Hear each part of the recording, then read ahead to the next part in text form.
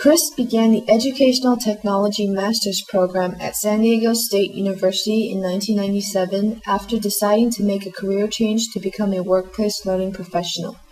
The timing of this decision aligned with the boom in e-learning. Therefore, he developed particular expertise in this area. Chris has worked for the past 8 years as an instructional designer, project manager, and independent consultant. In August of 2004, he joined Hanzo Interactive Systems, a division of the Hanzo Group, an Indian company. Hanzo Interactive designs and develops custom e-learning products. His current project is for a large commercial airline to help them develop a methodology that uses data to drive decisions for training design and development. During his work for Hanzo, Chris faced many issues and challenges. Following are a few ones that are related to culture and cultural differences.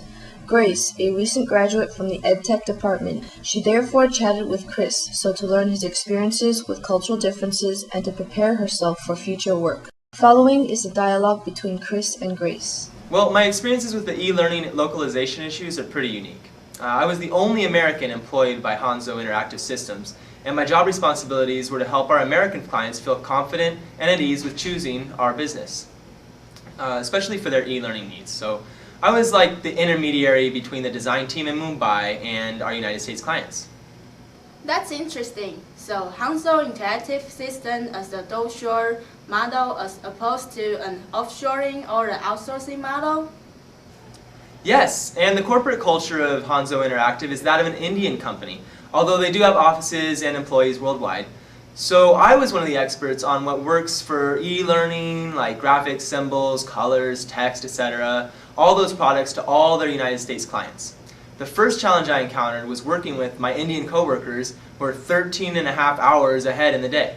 So primarily I worked asynchronously with these Indian employees, but my coworkers are intelligent, they're articulate, and they're well educated. So what are the cultural issues you faced? Well, my first challenge working within a non-US company culture was to be brought on midstream to a struggling project and to try and help them meet the deadline and the scope of the contract. So I believe the team in Mumbai and I were on the same page, and we both believed in the quality of the work that was the top priority and everything. So I worked really hard to try and help this project get back on track.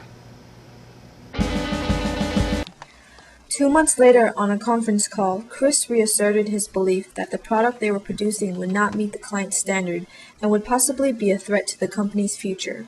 He felt the higher-ups in the organization would see his point. He did not have their support. Hello? Hey.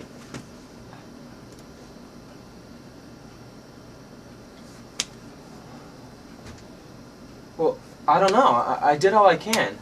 Identifying problems in the storyboards, coaching the Indian workers. I established a Q&A structure for the project. I defined roles and responsibilities. Why do you think it is they're not doing their work?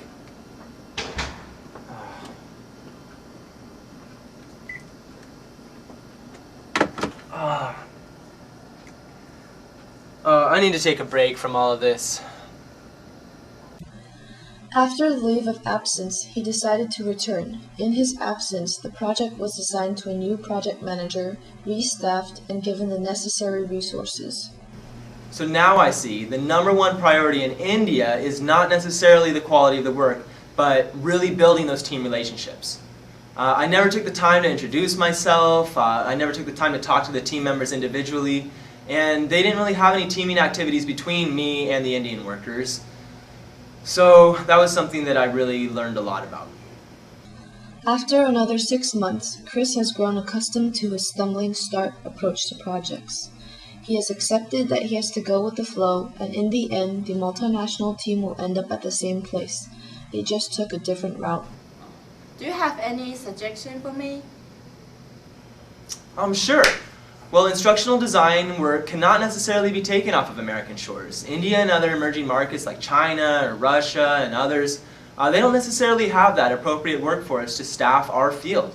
They might have the necessary workforce for graphic design and in Flash and things like that, but I really feel like opportunities are going to increase for those areas, but not necessarily ours.